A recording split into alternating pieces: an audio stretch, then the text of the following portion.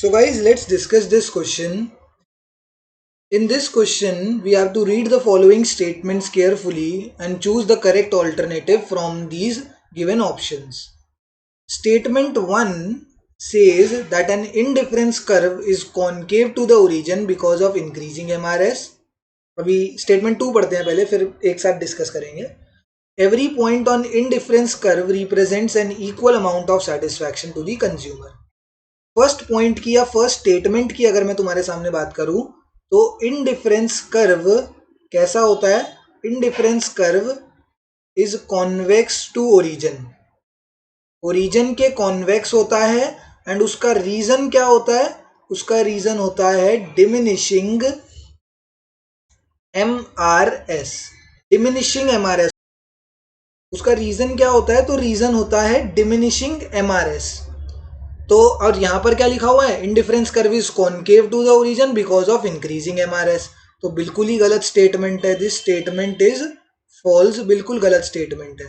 Concave shape तो PPC की होती है, प्रोडक्शन पॉसिबिलिटी कर्व की, एंड उसका जो स्लोप होता है वो भी इंक्रीजिंग MRT होता है, मार्जिनल रेट ऑफ ट्रांसफॉर्मेशन.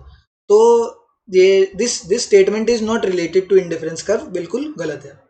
वहीं अगर स्टेटमेंट 2 की बात हम करें, स्टेटमेंट 2 यहां पर देखते हैं. स्टेटमेंट 2 में क्या है. Every point on the indifference curve represents equal amount of satisfaction to the consumer. तो इनडिफरेंस कर्व होता क्या है. तो it refers to combination of two goods. दो गुड्स के कॉम्बिनेशंस दिखाता है that shows equal level of satisfaction.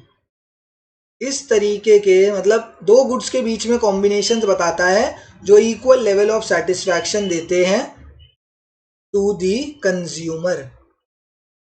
Consumer को क्या करते हैं. कंज्यूमर को इक्वल लेवल ऑफ सेटिस्फैक्शन देते हैं. तो ये यहां पर लिखा है every point on indifference curve represents equal amount of satisfaction to the consumer. तो this statement is true regarding the indifference curve.